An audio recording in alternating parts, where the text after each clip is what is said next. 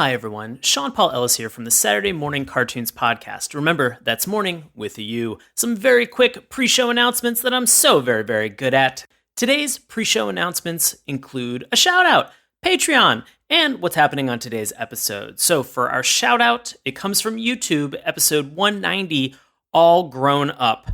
The Nicktoon All Grown Up. We have Razorblade messages us and says, "This show was my childhood," and then continues on and says, "I was born in 1996 and grew up with this show instead of Rugrats. I always thought All Grown Up was better than Rugrats." And that's fine. Hey, you had this in terms of perspective and when you were born. That's great. We're glad that you enjoyed it. There's nothing wrong with that at all. So thank you, Razorblade.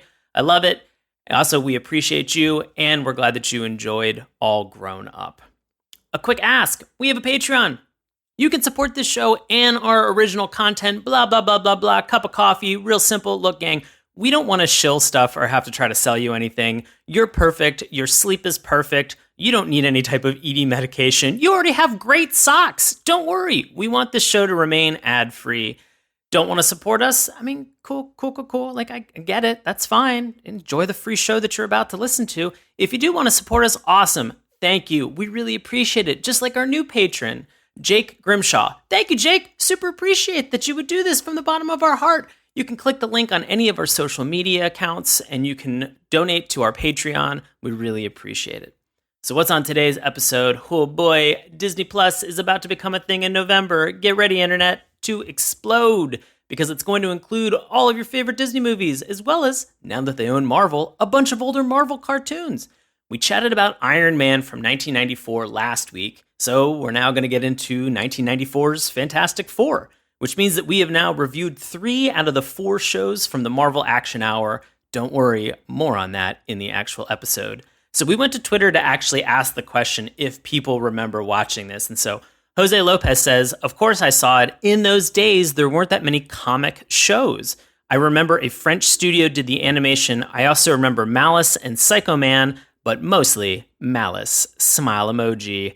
I don't know what that's about, Jose Lopez, but I love your comment, and I'm glad that you enjoyed Malice. I'm assuming it was an adult costume, possibly. Also, from Reverend Johnny Blumpkin, he says, "I loved all of those 90s Marvel shows. I was especially fond of Chuck McCann's voice performance as the Thing Ben Grimm, which, if you didn't know, it's the same guy who's responsible for Duckworth on the original DuckTales and Mayor Grody of Toxic Crusaders." So basically, what Reverend Johnny is saying is that we did the hat trick. We managed to do all 3 shows that Chuck McCann would have been responsible for. So that's perfect. I'm glad that we were able to do this, and thank you, Reverend Johnny, for your comment. We really appreciate it. So, with a word like fantastic in the title, does it actually live up to the hype? All of this and more. So now, on with the show.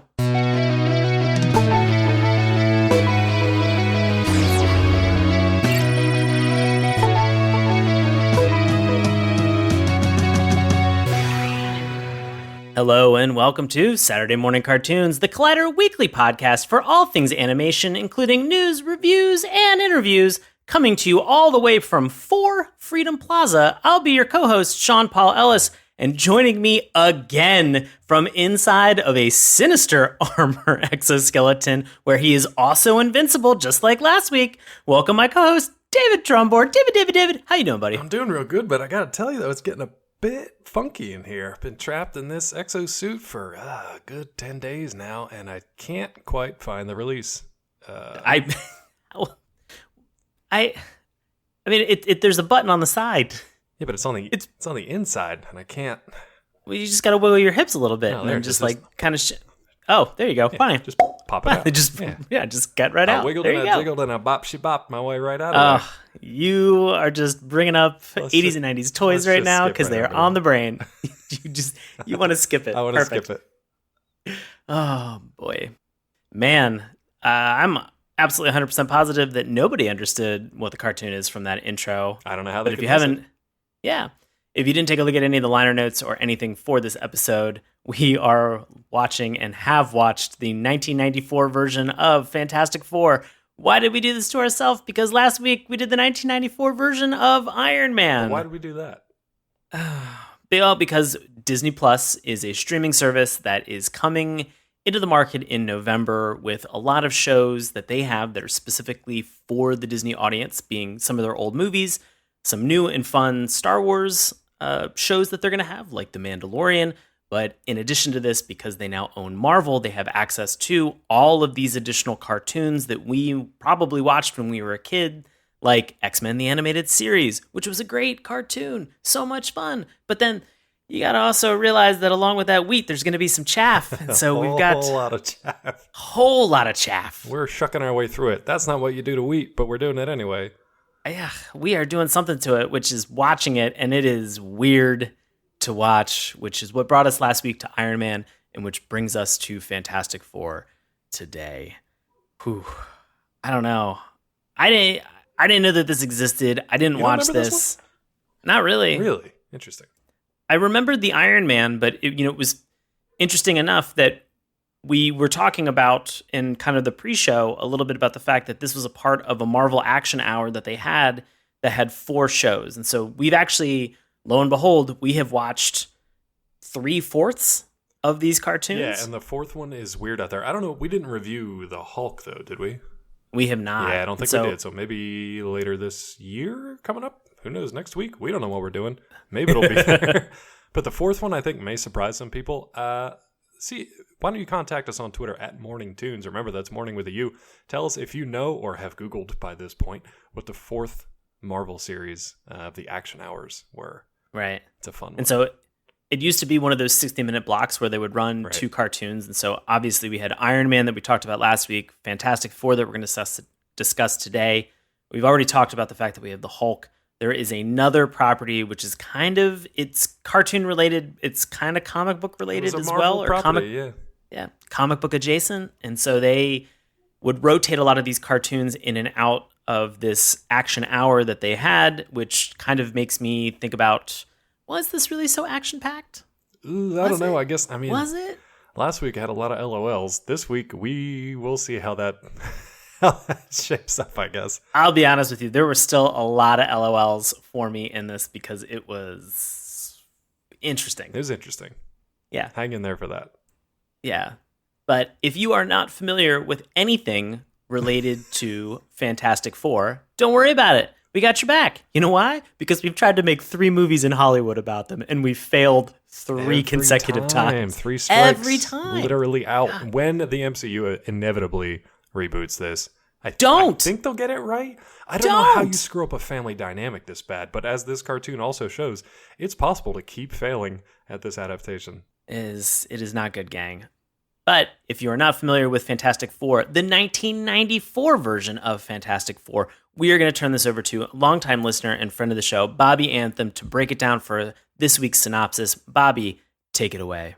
When Reed Richards, Sue and Johnny Storm, and pilot Ben Grimm take a premature space flight on a new shuttle, they find themselves massively bombarded with cosmic radiation. Barely managing to re-enter Earth's atmosphere and land safely, the quartet find themselves forever transformed with superpowers.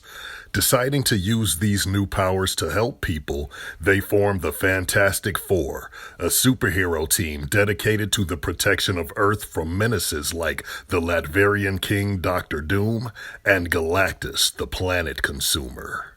Perfect. Why can't we get Bobby as one of the voices in the Fantastic Four? Who do you think he should voice? Honestly, Reed Richards. That'd be good. I mean, honestly, anybody's pretty much better than this guy. I had a real tough time with his voice in this one. It made me just want to punch him. Which I guess that's what they're going for. I don't know. It's always a real hallmark of writing a classic character like Reed Richards, where you want to punch that lead character in the face, and you're like, you know what? I really don't care. If it happens, it happens. It's the same thing with Cyclops. Like, I actually like Cyclops in the X-Men animated series, but I understand a lot of people just straight hated him and wanted to punch him, like Wolverine does on multiple occasions in that actual show. I get it, but I actually like that version of him. I couldn't stand this one. Yeah, it's a little bit challenging, but in order to kind of break some of this down and sort of understand what we're going to be looking at, as a part of what we did for Iron Man, we actually watched the 2-parter season finale of Iron Man last week. And so this week, the highest rated episode, lo and behold, it was the series finale of Fantastic Four. We're talking about season 2, episode 13, that is called Doomsday. And so we have watched this. So all of our opinions, everything that we talk about tonight is going to be about this one particular episode that we have watched for all of our snap judgments. And to break it down and to really kind of get into it, we are going to talk about the good, the bad, and the LOL. Not the spaghetti western, the good, the bad, the ugly with Clint Eastwood. No, we're going to be talking about what we liked, what we didn't like, and then finally, what really made us laugh. Because, again, a lot of time and energy really goes into making these cartoons. We're not getting paid any Disney dollars or Marvel money for this review anyway, but also Disney and Marvel, if you're listening, I am happy to take your money to review these cartoons the way that this is happening. Very happy to do this. And also, I will never not give my honest opinion. That's right. I will always give my honest opinion about how good or bad these cartoons are. You're going to get that tonight for sure. Cool boy. So to get into this, Dave, Fantastic Four, 1994, take me back. What was good about this cartoon in this particular episode? I mean, not to be snarky, but the good thing was this was the last episode of this cartoon ever. I guess that's a good thing, right? Yeah, knock it out. Now, I did enjoy the amount of action and stuff that was going on in this finale. You didn't really need to follow the story up until this point. If you know the story of the Fantastic Four, the first family of Marvel, if you know how that family came together, their relationships, their power set, how they all came about. Even if you don't, we'll talk about how the intro kind of like holds your hand a little bit to get into that. But for this particular episode, Doomsday, we're not talking DC Comics. We're talking Doctor Doom here in this one. We got to see Doctor Doom kind of go like absolutely ham and literally just like absorb the Silver Surfer's cosmic powers and just go crazy on like a world tour of just like mad science supervillainy and just toy with not only the Fantastic Four, but like a number of other Marvel superheroes too throughout, which was actually kind of fun to watch. I really enjoyed the level of action and the amount of just kind of chaos and mayhem that came in 20-some minutes. I mean, when you think about Doctor Doom and how much of a threat, when you think about Victor Vaughn and how much of a calamity he can create, you think about global scale. I mean, the guy over his storied career in Marvel Comics has created several doomsday devices, in order to just get rid of everybody that's on the planet. Like, this is what he does. It's on that kind of a global scale. So this was cool, and I loved the cameos. I honestly thought that the cameos were one of the strongest parts of this, and you saw it not just in one portion where Doom is kind of messing with everybody, but you see this throughout the entire episode. In that monologue that we get from Silver Surfer in the beginning, at one point you have Namor. Well, I checked it again. I think it was Namora. Was it Namora? Yeah, not being silly or anything. Like, I think that was actually Namora, which is like Namor's cousin. I didn't get into it too much, but I was like, hold on a second. That looked like a onesie, boobs, and long blonde hair. Okay. I'm pretty sure Namor doesn't have two of those three. Oh, fair. So, fair. Yeah, did a real quick frame by frame of a real janky backwards cut that we found. And I like that you played Guess Who with this particular character. I did, because like you said, the cameos were really cool to spot, but there were the majority of them I don't know who they were. Right. Honestly, I tried looking up like black and white flying superhero, and I got a like racially charged comics history, which was fun. But there's a lot in there I don't know who they are. So if you guys want to watch this episode and tell us like the ones that we're missing, I would love that, because I'd love to know who they were. Yeah, that was awesome. In fact, at some point when we have Doom kind of taking over and causing all these problems and sort of buzzing through what I can only assume is probably New York City at some point with the Avengers. Probably. But then you have the Blackbird from the X-Men show up randomly. We don't actually get an actual X-Men. Not that I know of. But you get the Blackbird. There may have been a storm flying around at some point. Possibly. Yeah, we don't know. Yeah. So, and people get shout-outs. They just name drop left and right, even up towards the end where they're just like, Tony Stark helped me create this. Okay, Tony. I get it. Congratulations. Yeah, good job. Well, I mean, and this kind of made sense. Like last week when we talked about Iron Man, spoiler alert, if you really want to know how we feel about that series, go back and pause this, go back to last week and listen. We almost dipped it. It got real close, but we didn't. And part of my reasoning was because it had the interconnected connectivity to the other Marvel animated series at the time. So it was a little connected to X-Men, a little connected to Spider-Man, obviously to the Hulk, and to Fantastic Four. Not so much the fourth one, which we teased, but you have to figure that out for yourselves. So I like that continuity, because it was like the first very, very mini, little baby petite MCU kind of together in the animated version there. Not very well done, but they tried. I love the fact that you keep teasing this cartoon that we're not going to talk about it. If people are Not gonna very talk about serious about it, go back. We reviewed it. It's episode 178. I won't tell you who it There you is, go. but just go back and take a look at it. We had, It's again, a nice bit of trivia. right, distinct opinions about that cartoon. We did, and I don't remember them, so I might go back and listen to them with you guys. All right, so we've got a lot of action. I definitely thought that was a positive, is that there were battles that were happening all across this episode for almost 26 minutes, nonstop, constant battling. Very fun. Good to see that, especially in a Marvel superhero setting. And as a series finale, like, Correct. go big, you know? Or go home, which this cartoon probably They also did. which this cartoon should have done. Yeah.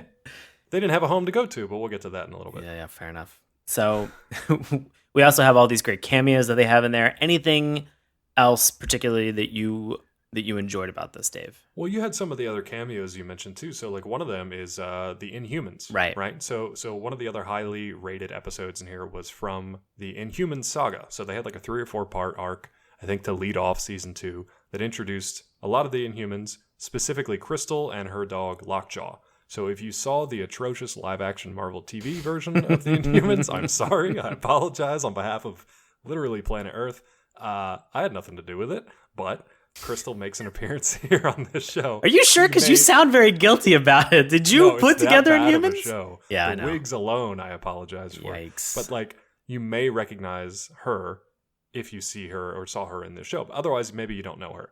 So that's cool. We get to see her. We get to see some of her powers. You get really quick shots of She-Hulk, Captain America, and then, like Sean mentioned, some of the X-Men adjacent stuff, which was kind of cool. That's pretty neat. Let me see if I've got anything else. You mentioned Tony Stark popping up. There's an interesting Gargoyles related pop up here. Yep, and we both noticed it too. Yeah. At some point when Doom is flying through New York, he talks about the fact that he has the power to breathe life into stone, and he shoots his Silver Surfer cosmic powers at 2 gargoyle statues that come to life.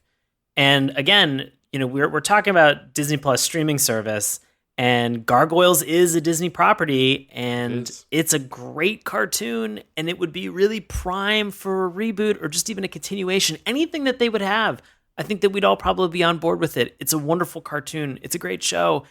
And they just randomly bring back 2 gargoyles, and I got excited for 2 seconds. I was like, are we doing this? Is this happening? Doing it. It's a spinoff. I love it. Yeah. No, I thought it was cool. I don't know if it was a nod to the existing series at the time. I think it existed then, if I got my dates right. Or if it was just something from the comics, or if it was just like a fun thing to do to bring gargoyles in New York City to life. But I don't know. It was fun. It was a neat little nod. The only other thing that I really liked from this particular episode, some of the voice work was hit or miss with these characters. Was but some were really, really good, at least in my opinion. I liked Silver Surfer, voiced by Edward Albert. I think it's Albert, not Alpert. I could be wrong with that. He had some really tough dialogue to deliver. He had a lot of, which we'll talk about in a few seconds, some monologuing that he had to do. Some very, very holier than thou, high and mighty monologuing. I thought he did a really good job with the material that was presented. On the other side of that spectrum, just as insane, Dr. Doom. A fellow by the name of Simon Templeman played Dr. Doom, and I thought he was fantastic. He had just great delivery. You could actually feel, which is rare in these earlier cartoons. He actually had a presence that you could kind of feel. Counter that to the guy, unfortunately, Bo Weaver. I'm sorry. You're Mr. Fantastic. I just could not. I couldn't do it. And that's going to be our segue into the bad, I think. It's so challenging when we talk about the fact that for the titular character in this cartoon, that they don't do a great job with them sometimes. I mean, even with Tony Stark that we talked about last week, that he just, in terms of voice acting and some of the lip syncing that they were doing, and maybe we just found old dubs, maybe we found old YouTube versions of this, but I kind of doubt it. No, I think it really is, a lot of it comes down to the animation. Definitely the voice direction, because if you've got to work from the animation to begin with, then your voice direction, you've got to match those mouth flaps. And it's the same guy who did voice direction for this series too. So he was the one I got mad at last week when I saw his name pop up on the credits. I mean, heaven forbid you don't get those mouth flaps right. Come on, Tom, get it together, Tom. Mouth flaps, right? Yeah. God. I think they did better on this one. I'll talk about that in a minute. Like, there's some stuff with the bad that we'll get into with a little silver lining. And I'll say one final good thing that I did enjoy about Fantastic Four is that in the intro sequence, they actually do a nice little nod to Fantastic Four issue 1. Yeah. That is included in there just for a couple seconds.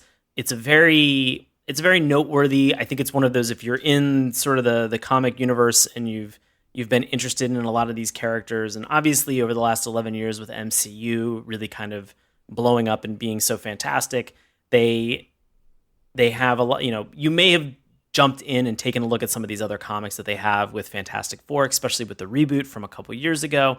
Right. It's kind of cool to see that they paid a little nod, a little tip of the cap to that actual first issue that they had that was out there, with really not even bringing much, other than sort of just the family dynamic of the four into the actual cartoon itself. So kind of cool to see how all of that is playing out. But that's... I think in this one, I think it was because the early these 90s Marvel series actually had people who were involved with Marvel Comics working directly on them. So it wasn't just licensing out a title and hoping that whoever had creative control over it was going to do something decent. These were people who actually drew, wrote, and knew, in some cases created. I mean, you had Stan Lee involved with most of it. I don't think Kirby was around at this point, but I could be wrong. But they knew their characters through and through and their stories, or they grew up reading them and were dying to get a chance to actually bring these things to the screen. So it was the first time that you really got a good, solid, creative team behind the scenes that knew what they wanted to bring to the TV screen. It just wasn't always the best quality. That's all. Right. Speaking of, very challenging, and it kind of helps us to kind of lead into some of the bad of what we found for Fantastic Four, and so. I know I was kind of talking about that little kind of nod, that tip of the cap to the original Fantastic Four issue 1 in the theme song. Well, guess what? The rest of the theme song, unbelievably forgettable. Can't remember it. I can't remember anything, and I've watched some horns. It's just instrumental. I've watched it, I want to say about a half a dozen times. Yeah. And nothing ever stuck with me. Again, To Dave's point, no lyrics. There's no roll call. This really feels like it's a hybrid animation in terms of what they have. There's a couple moments where they're running towards the camera that looks like it's dedicated animation because it looks a little bit more polished in terms of the actual content. But then there's just a bunch of recycled animation that are just thrown into this that are just not good. And that song itself, at least give us some kind of fanfare, give us some kind of theme to anchor the title team. You know, we got nothing. It's just just a mishmash of instrumental stuff without anything to any one note or sequence that kind of really drives it home. So just kind of forgettable. Anything else? I know that we both kind of took it to issue or took it to task with some of the animation that was in this cartoon. Yeah, the animation, the execution of it was a little jank, but honestly, I thought the direction was a lot better than Iron Man. Now, I know I'm directly comparing it to last week's, but specifically in this episode, we had a lot of stuff flying around. We literally had characters just flying all over the screen, and not just in one particular scene with a lot of stuff going on. We had them flying around the world. Silver Surfer does a world tour. Doctor Doom does a world tour. We travel from scene to scene and setting to setting. It doesn't just take place in 3 or 4 settings and then that's it. There's a lot of stuff going on, so there's a lot they had to really manage. And honestly, the framing, the character movements within the scene, the fight sequences that they come up with, which use a ton of their powers. A lot of different people get to show off their power sets. There's a lot going on in this episode, and they actually managed to direct it pretty well. No, I would agree with that. It's just, I think what kind of was challenging for me was that in certain cases, it felt like there were 2 different sets of animation. One, there was this battle animatics that, as you mentioned, they're directed really very well, to be able to see all these powers. Very cool. Then you get sort of these non-battle sequences where, let's say, Ben Grimm is sitting on the couch and he's reading a book. He's reading a zombie comic about a bunch of stuff, and just their reactions in his eyes and kind of how it looks like it was a cartoon version of the Thing, as opposed to the warrior that we see. It looked in like battle Scooby-Doo. Yeah, it looked like a Scooby-Doo version. Right. So I think the Thing is one of the hardest characters to get right in any cartoons, any live action. They always struggle with that pile of rocks because he's just a pile of rocks, and you have to make him somehow come to life and then have life, and that's usually done through the eyes. But even in the animation, it was very cartoonish. Right. it's hard because it kind of goes from that contrast of him being frightened reading a zombie comic when he's home alone to him jumping out of an airplane and then punching Doom on the way down. And you're just like, what? Is this the same person? And it's not that I'm doubting the character himself. Yeah. It's the animation that's used for both of them is drastically different. And I think it's probably just because like this finale had so much going on that they probably had to split up duties. So they probably had like a action team. They probably had a fight choreographer team that was working specifically on those scenes of animation. And then they probably had the other like, they probably elevated like in-betweeners up to like, help us with these like sitting around reading books and falling over scenes or sliding down curlicue trees or punching a rock or whatever. Like, help us animate him getting sucked out of an apartment in the middle of New York City scene. You know, classic stuff from the Fantastic right out Four. the Baxter Building. Yeah, right. God, there's some chunky stuff for sure. Yeah. Anything else in the bad category for you right now? Well, I mean, the dialogue. Yeah, let's get into that. The dialogues are right up there with some of the jank animation. I mean, you mentioned some like one-liners and stuff. Oh, like I said, there are such bad insults and one-liners that they have in this. It's bad, and you think, oh, maybe there's going to be one or two, but no, the hits just keep rolling. Constant. Oof. I think it really undercuts how good the action is because they feel like they have to constantly banter. It's just, if you're on screen, they have to be delivering one-liners, or they have to explain what's going on, which was another bad thing, or they have to, I don't know, just make some commentary on something, or just make sure that everybody at home is following along. It's like, no, it's fine. Just let the action actually like breathe and speak for itself, and throw some like good sound effects in there, because honestly, for me, the sound effects didn't really like affect, or make a mark on my memory at all. Versus, you know, a couple weeks ago where I was just like, wow, the like Primal, like the sound is amazing. Yeah. Yeah. I will say probably the best case in point that I found from this particular episode, where they have to talk about the exposition that, like, the action that had just happened, is towards the very end when they're doing this battle sequence where you have Sue Richards manages to make a boulder invisible. Right. Doom is coming right at her, does not know that it's an invisible boulder, flies right into it, just like splat. Right. And then you just have, way to go, sister, fooling Doom by making that boulder invisible. We all just watched what happened. Like, you didn't need to a second after, I don't need a recap of what I just saw. Johnny is a little slow, so maybe he was just talking it out for himself. But yeah, it's just kind of like, it just sucks all the tension and like drama out of the scene. But do you know who voiced Johnny Storm? In season 1, I know who you're going to say. Okay, it's a different right. actor in season 2. Who was it in season 1? It was Brian Austin Green. That's right. 90210. Season 2, some other guy. Sorry, I forget your name. Sorry, other guy. That's okay. It's not Bag.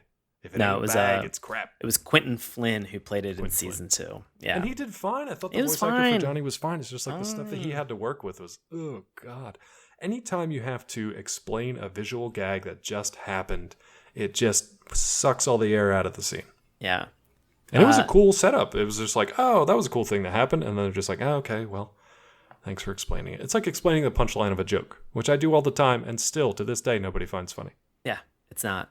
It's just, it really, that whole statement right there just really sucked the air out of this podcast, Dave. Indeed. See, I haven't learned.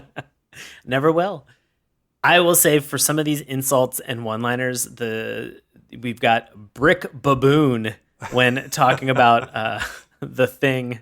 This is Doom's insult. That kind of stuff, I don't mind as much if it's done sparingly, because that's still very comic booky. It's bad, but it's kind of like, okay, it's still a cartoon. This is still very much a cartoonish world. Yeah. Not the more serious stuff. Yeah. We have clobber him so hard that his grandchildren will be born bouncing. That's too much. Okay. It's too much, Ben. Yeah, got really deep in the weeds on this one. It's real bad there, and that's not how genetics work, by the way. We even have things Neil just going. deGrasse Tyson came in and said, I'm sorry, but that's not how genetics work. It's also not how physics just work in It's general. not physics either. Yeah. Being heroes is what we do best. I don't know. Kind of from watching this episode, sort of great. not. You guys aren't Sort of great. not. You're a bad family. You're bad tenants of the building that you rent. Yeah. The And then- buildings. I'll say the final line that it made a parallel to what we watched last week in Iron Man with Tony Stark being possibly the world's horniest cartoon and Avenger. Baby. They just have this line where Reed Richards just says to Doom, he just goes, "Do with us what you wish." And I He was like, really just rolled over for that one, yeah. here we go, gang. After dark, instantly. Instant after. Instant after dark. I have some more horniness, but I'm going to save it for the LOLs. Oh, perfect. Is that perfect? Yeah, I'm excited for it. I think maybe the only other stuff that I thought was actually bad, like objectively bad, was I don't know. There's Doctor Doom. Like, there's no point to this episode other than just Doctor Doom to toy with literally everybody on Earth. Like, he takes over Silver Surfer's powers, and then he just essentially pranks heroes for the rest of the time. Like, there's no point to it. He's just toying with them the entire time. He says something in the beginning once he gets the power. He's like, I can cure world hunger. I can eliminate drought. I can, make the weather not crazy again. But first, the Fantastic Four have to be murdered, essentially. And then he just goes on a rampage. It's like, well, he does say, like, under the Iron Fist of Doom. Which, fine, dude. Like, you can do that. You can rule the world with all these powers. But you're just cat and mousing with the Fantastic Four. And for no reason. Well, he makes the threat that he's going to get rid of them, that he's going to end them. And then he fights them and says, "This was a lesson in humility." Yeah, was it? I'm not going to kill you. I'm like, how nuts would why? that have been if this series ended with Doom killing the Fantastic Four and then just ruling the world, and they were just like, Fiend, that's it, kids. Enjoy your lives. Honestly, it would be an LOL, but I would also really enjoy the cartoon. I would have been impressed. I would have been really that was an impressed. actual choice. They actually did something there. Yeah. And it's Marvel, so in like 2 years they'll just reboot it and just resurrect them from something that they found or some plot device or something like that anyway, so who cares? And it's a cartoon. Like, you can do that. You're fine. Yeah. That would have been a good way to lock down a season 3, dummies. Ooh, sick burn. There was only one other thing I think in the bad, and I think you had this too, right? It was that end kind of Deus Ex Machina. So dumb. The dumbest, so dumb. Worse than Mandarin's Ring's dumb. It was bad. Like, the Fantastic Four in this one are pretty much outclassed, outpowered. They got nothing. So what do? They call on their buddy Tony Stark to save the day. But not in person. He sends essentially a metal bird that, like, absorbs the cosmic energy power. This is almost an LOL. He absorbs the cosmic energy power from the surfboard and then just rockets off into space. So Doom goes flying after him. And then, lo and behold, there's this, like, energy barrier that Galactus put in place. This all sounds completely insane, and it is because comic books. I don't know if the Wing smashes into it first or if Doom smashes into it, but either way, the surfboard comes back, heads to Silver Surfer, everything is restored again. We'll talk about that in a second. But it was just kind of like, they didn't do anything to save the day. Reed Richards was just like, yeah, I knew that thing was up there, so I called in Tony Stark, and he took care of the rest of it. Problem solved. End of series. Yeah. What's interesting is that I went back and I was listening to Silver Surfer's initial monologue, and him talking about how this anti-cosmic ray barrier and that Galactus has essentially punished him by keeping him here on the planet Earth, and him trying to adjust to this, and he is not cool. There's no chill with SS. He is pissed, and so he's just trying to figure out exactly what he's doing here and kind of like what his purpose is. He Dr. Manhattan monologues for let's get into that because that's some of the LOLs, right? Yeah, but I mean, like, to your point, like, this Deus Ex Machina for this is bad. This is a bad LOL for us because I mean, it blends that barrier, because the whole idea was that Cosmic Bird can go out above the barrier that Galactus has set up, despite the fact that it's holding Silver Surfer's cosmic energy in it. It doesn't make any sense. And then Doom, who's chasing after it, can't, but he also doesn't have those cosmic powers anymore. Because at one point Doom says, like, your filthy bird can only absorb a fraction of my power. And I'm like, all right, sure, whatever. That's fine. So, I don't know. The bird flies through the thing, and then Doom smashes into the bubble, and then the surfboard's like, finally, there's no feet on me anymore. I could go back to Silver Surfer. The surfboard's on its own a number of times throughout this thing, so I don't know why it waited till then to head back. It could have flown. Anytime. It could have flown back at multiple points. Anytime. Multiple points. Very silly. Yeah. I think they wrote themselves into a corner and were just like, well, we've got $12 left in the budget, so what do? Explosion, surfboard, done. Oh, do you mean that they would have screwed up a silver, like any type of a Silver Surfer adaptation or Fantastic Four, Dave? Is that what you're saying? Because this is the fourth goof up for them. They made two mid 2000s. They made a live action series in 1994 as well. That movie, that right? was another goof was up. Awful. Yeah, guys, we're 5 for 5 in terms of 5 for fails. Yeah, fantastic goof ups. Fantastic 5 of goofs. But we got some LOLs out of it. Yeah, what'd you find funny, Dave? Well, the same thing you did, that monologue in the beginning. Imagine you're in our place, right? And we're like, oh, we're going to watch Fantastic Four. And oh, it's the highest rated episode. And oh, it's a series finale. It's got Doctor Doom. What's the first thing you expect to see? It's probably Silver Surfer just chilling with a lion by a pond where a cattle also just is laying there, just enjoying the cool water, just having a monologue about how humans are terrible and how the lion is called a beast, but he's really just... There's no violence in his heart. There's no greed. Right. And then a snake tries to eat a monkey, and the scene moves on. It's like, what are we watching here, man? I thought we had the wrong episode. I thought it was like in the middle of the episode. No. No. It's just lion time with Silver Surfer. You didn't think that this could be one of those moments where they were kind of shot calling? They're like, in the future, Lion King, Disney's going to buy us, gang. Nailed it. Like, so we're going to put Silver Surfer with a lion. Set this up from 1994. This was a secret Lion King prequel. That was young Mufasa. Yeah, right. Exactly. He's young Mufasa. All the lessons he learned were from Silver Surfer that he passed down to Simba. It all makes sense. It's all in the family. Yeah. Love it. Keeping that continuity. Keeping this canon. It's not even an LOL anymore. That's just good. That's just good. Good. Good. Yeah. Plant those seeds early. I'm going to buy it. Rough. I'm going to buy into it. That was rough. You called it, though, with the Dr. Manhattan comparison.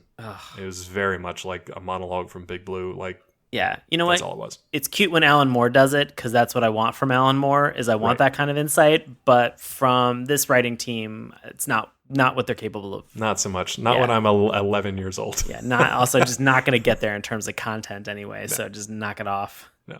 I laughed so hard. I know I talked about the Thing getting sucked out of the apartment, but in those moments, you have Reed and Susan that are getting ready to go on a sexy date, on a sexy cabin weekend. Yeah, cabin date. Again, more with the horniness that they have on here. So they're getting ready to go do some adult stuff. Yeah, and Thing is sitting there. This is the sequence of events. They say goodbye. Yep. They walk out the door. Yep. Thing says goodbye as well as the door slams, and then the Thing gets sucked out of the back of. Yeah, gets sucked right out of the back of the apartment building by Doom.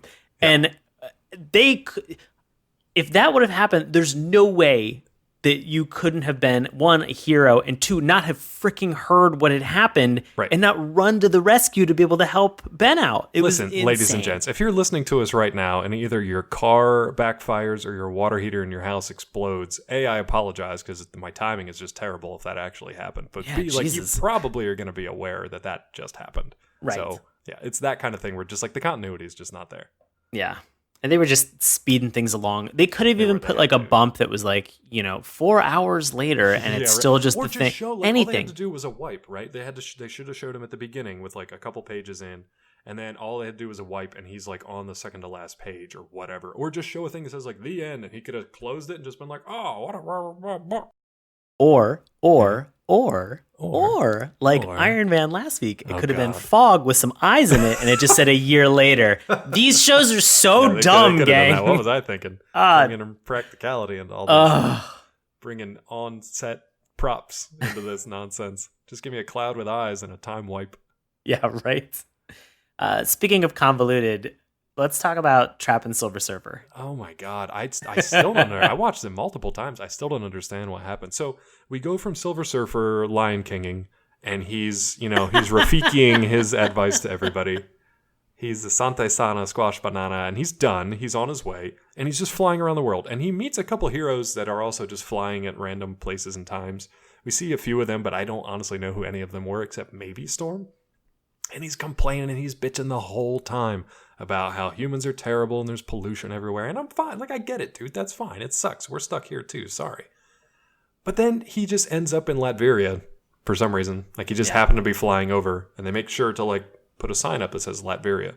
And he sees a woman who's being taken away by they're Doom bots. And if you're not familiar with Doom bots, they are robots made by Dr. Doom. So anyway, these Doom bots are taking this woman away for, I forget, she stole like something from the King's Land, whatever. Who cares? Silver Surfer intervenes. He's trying to be the hero. So she's like, oh, my hero. And she takes him. He flies her back to her like rustic cabin in the hinterlands. And she's like, please have tea. With my kindly grandfather. Like, please come on in for tea, you flying silver man on a surfboard. Hard no. Oh, boy. So she brings him in, then lo and behold, guess who it is? It's Dr. Doom, and the cabin kind of like transforms and unfolds to reveal more Doombots that were apparently hidden in the walls of this cabin. They surprise him, hook up a defibrillator to his head, and zap him so that it transfers all the cosmic power over to Doom. It is one of the most convoluted things I think I've ever seen in a cartoon. Maybe not so much in comics, but boy, is it out there. Help me understand, because as the powers are being transferred over to Doom, he's wearing like a vest. He's got a grandfather vest. He's got like a grandfather vest on that like is absorbing all this power. I think it was supposed to go into his armor, essentially. But it looked like it did, but it looked like he had another like a vest over top of it, not like a human vest. It looked like he had like a cosmic, not like a vest that you would buy like as us as like humans. A Land's End. Yeah, like exactly, perfect. And so, but it looked like he had like another piece of like mechanics over top of his armor. Yeah, he had some extra mojo going on. Yeah, that was like it was like he used extra bonus points or whatever at Land's End, and so he had this extra vest, and it was sucking all the cosmic energy in. And then in like the next scene, like no vest. It was like they were just it was out. It was gone. It's out. Why even try? Why even bother? But could you imagine being Dr. Doom just being like, all right, we got this plan in motion, but we won't set it off until Silver Surfer just happens to fly over Latveria. So Doombots just drag this woman around the village for, I don't know, a few days or weeks or however long it takes for him to fly over. And then we'll spring our plan. It's just very silly. Yeah. What else made you laugh? All of this is to set up the idea that at some point there's going to be a Statue of Liberty, but with Doom in it. Yeah, because that's what you do with reality-changing powers. Yeah, exactly. Yeah. There's so much like property destruction in this episode. Yeah. They blow a hole in the Baxter Building. They torch a romantic rustic cabin down to cinders. They deface and reface the Statue of Liberty. Who knows what happens if Dr. Doom falls from space and just makes a crater on the Earth, but probably survives. He probably wipes out a small village somewhere. There's a lot of property destruction in this one. Right. Can we talk about their clothes? Yeah, because I want this to lead into what you've alluded to is why is this the horniest cartoon? Oh, yeah. Absolutely. Well, first of all, if you were a superhero, right, wearing a very obvious costume, sure, how would you go about your like daily life? Like, what would you do in order to not be recognized or to like just hide the fact that you're a superhero most of the time? Yeah, I'd put on like human clothes, like a normal human would be. Yeah. Not like except for like the clothes that are made out of human, like I implied earlier, but like human stuff that you'd buy from Land's End. Also, episode sponsored by Land's End. Yeah, thanks guys, appreciate it. Up in the New England, maybe? Probably. Now, how about this as another option for your wardrobe? How about just a giant trench coat? Unisex, one size fits all, same color, same cut, same shape. Doesn't matter who you are. Drape it over your costume, but leave most of it open so you can actually still see the costume. How's that sound? Yeah, it sounds great. I mean, hey, if it solves the problem, why not? Solved it for this show, apparently, because that's all they really do the entire time. Everybody has their costume on underneath it for ungodly reasons. I don't know why, because you have to draw it in no matter what. So why not draw something else? We're not going to know who these people are, especially when they start stretching and being a rock, all kinds of stuff. I think the scary thing is that if they decided that they were going to do transformational animatics for the Fantastic Four, this would have led us to that terrible Iron Man 3D CGI BS that we watched last week, and thankfully we didn't have that. Yeah, thankfully we had none of that. Could you imagine the Thing in that bad CG? No, he would look like Monster by mistake. I don't ever want to think about it. Are you thinking about it now? It's bad. Can I tell you my two favorite articles of clothing in this? Yeah. The first one is Silver Surfer's swim trunks, because they put swim trunks on him. They put like skin tight but clearly visible briefs swim trunks on him. Nice. In no other comic iteration, anything. He's just a nude dude made of silver. That's it. He's a Ken doll. Like there's nothing going on down there. But doesn't even Ken have kind of like there's nothing. Really? We're going back Wow. to the chalet. Like, there's nothing there, man. He's just a shiny, smooth dude. That's it. But they chose to put a pair of swim trunks on him, which makes me think that he's got like Silver Dawn going on. Like, if you're gonna put swim trunks over it, then got to be something going on down there. Show us that silver dong. Show us the silver. Never mind. I'm not even. Show gonna us the repeat silver that. dong. You did it yourself. Yeah. My favorite article of clothing, though, brings us back to the horniness of this show. So the Richardses are at this rustic cabin for a getaway, and they're putting their clothes away. Like, they got there, everything's fine. They ignored Ben and the giant hole in their apartment building and Dr. Doom wreaking havoc all over the city. They're at their cabin. Sue is hanging up her clothes. In the background, you just hear Reed just like lecherously, like just peering into her suitcase, and he picks up either a skimpy piece of lingerie or a really, really like skinny like swimsuit, and he's like, well, this isn't gonna offer much protection. And she's like, Reed! He's like, just kidding. Something to that effect. But it's just like, my dude, you guys have been at this a while. Like, do the kids need to know? Do the kids really need to know? My dude. That's My how I dude. want to refer to him. My dude. Come My on. good dude. It's a horny show. Horny show. Unfortunately, they cut it there, and they got attacked by Dr. Doom. Actually, their entire like cabin started Evil Dead 2ing them, and everything started going kind of bonkers. I think like Sue's scarf attacked her, turned into a snake and attacked her. Something Everything like started that. going crazy. Yeah, very silly. My final LOL is really just to kind of compare and contrast to Iron Man. Yeah, sure. So Iron Man last week had sort of this very quick,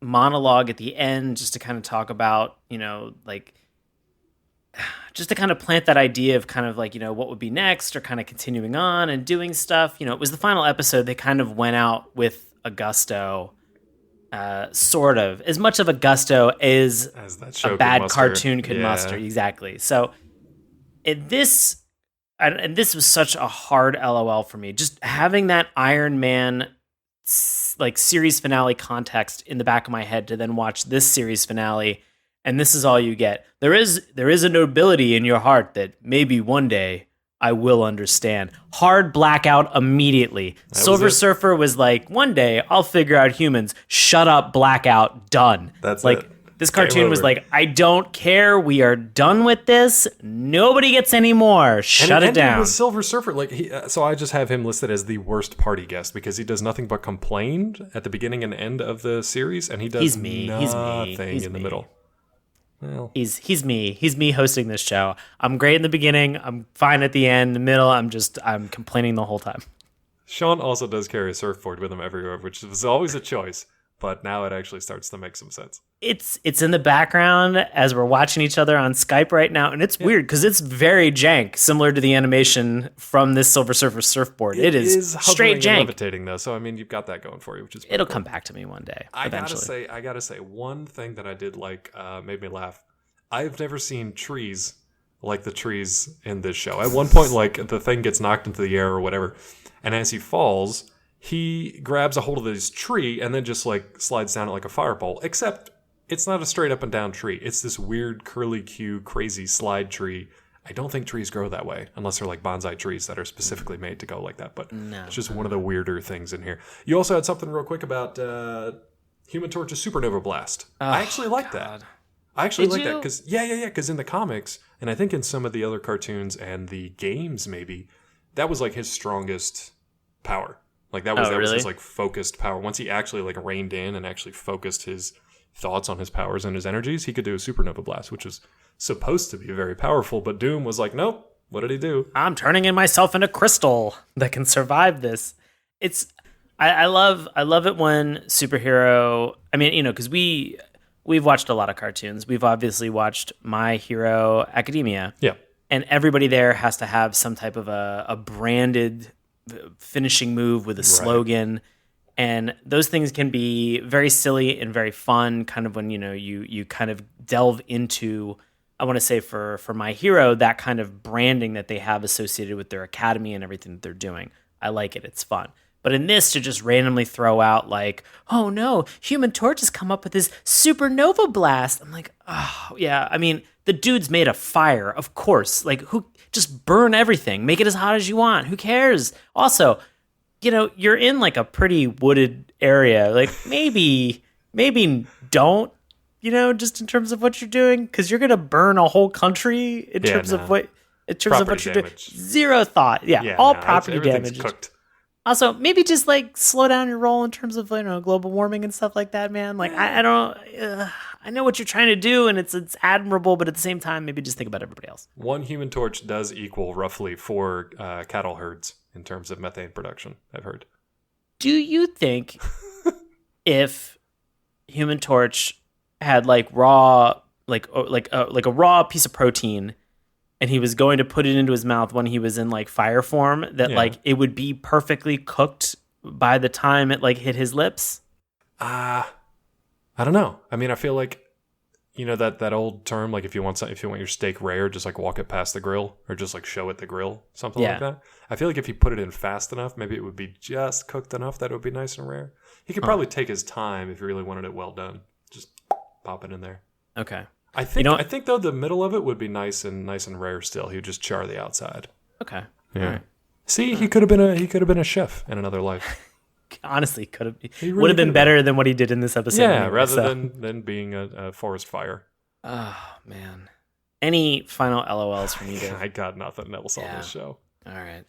Well, before we give our final opinion, turns out that, hey, guess what? You listen right now. Turns out on the internet, you have opinions as well, and you like to post them on the internet. And so we've gone to IMDb for some of this week's Love It or Hate It. And so we are now going to turn this over again to our longtime listener and friend of the show, Bobby Anthem, for Love It or Hate It. So Bobby, take it away. Our Love It is titled Exciting Cartoon by Big Movie Fan 6 in May 2002. Movie Fan wrote, "The Fantastic Four are probably the most exciting superhero group in comics history. I have seen all their cartoon series, and whilst this isn't the best, it is still entertaining. The animation is superb and the story's great. In this series, the Fantastic Four only dealt with heavyweights such as Galactus, the guy who eats planets for breakfast, lunch, and supper, the dangerous Doctor Doom, and the devastating Super Skrull. The theme tune was good as well. This, along with Iron Man, was one of the better mid-90s Marvel cartoons." And our hated is titled Jack Kirby Should Be Rolling in His Grave by Kai18 in October 1999.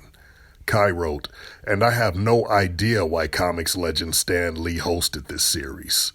It ruins the characters with cornball dialogue, poor animation, and horrendous plots. And worse, Doctor Doom, the greatest comic book villain ever, doesn't excite me in the least. Even without Herbie the Robot, this is hands down the worst version of the Fantastic Four I've ever seen. Of course, I might change my mind if I see the never-released FF movie made in 1993 by Roger Corman. If you want good FF action, pick up the Essential Fantastic Four trade paperback at your local comic store for some classic Fantastic Four stories." Again, I just want Bobby in this cartoon. Like, why have they not cast Bobby in this? I'm continually frustrated about this. This is as close as we get, because you love to love it, you hate to hate it. He does a good job. So, 1994's Fantastic Four. We can go through and we can either recommend it and tell you why. We can also say that we don't recommend it. We can give you a justification. If we don't recommend it, we can go one step further and we can give this the Who Framed Roger Rabbit style dip, where we actually dunk the cartoon. It erases it from the annals of cartoon history.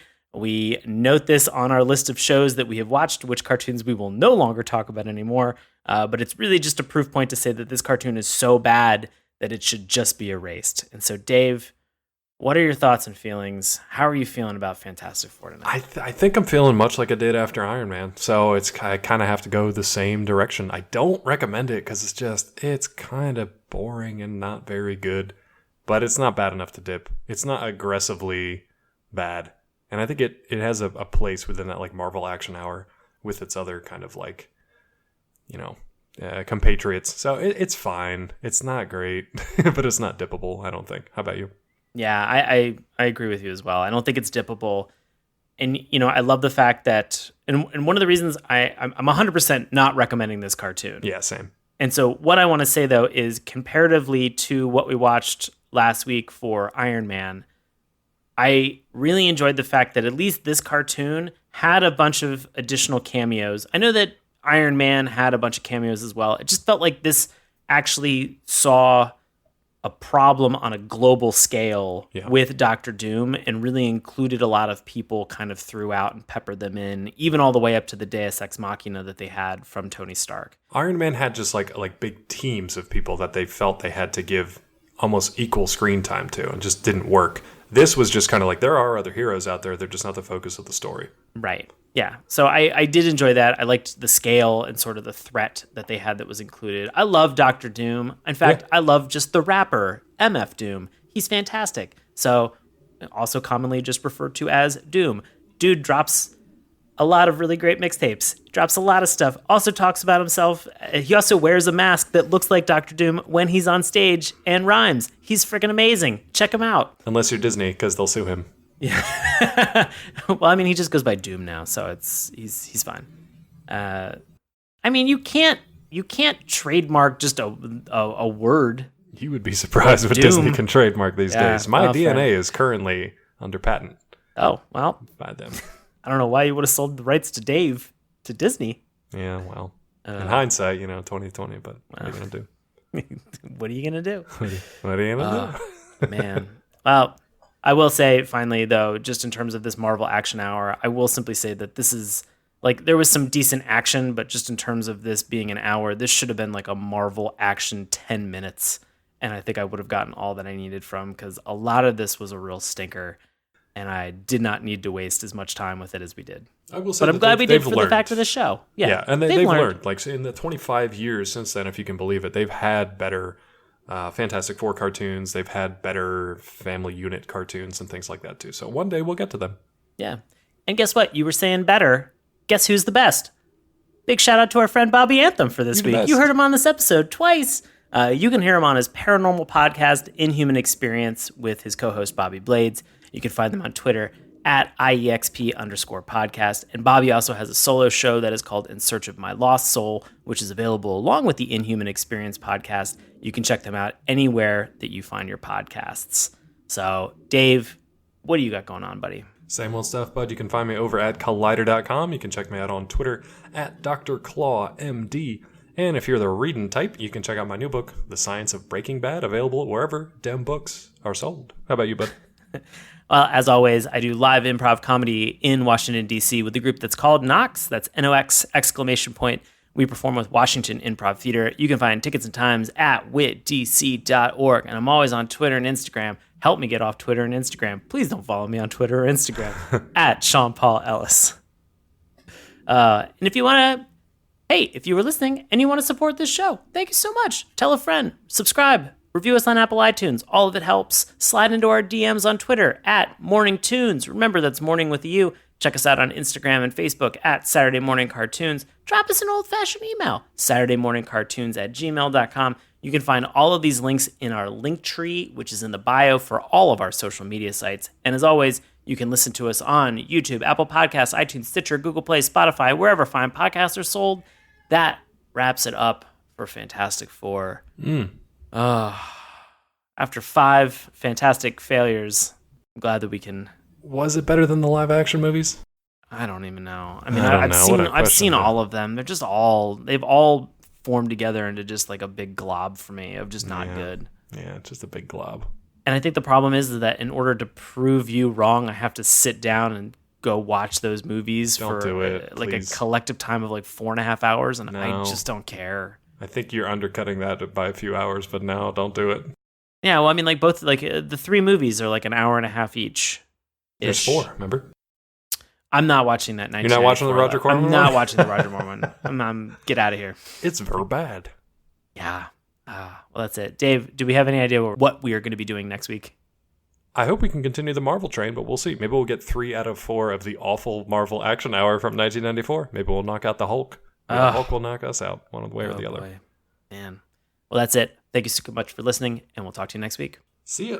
Hey, everybody. Thanks a lot for listening to Saturday Morning Cartoons. Now, if you'll excuse me, I have to transform and roll out.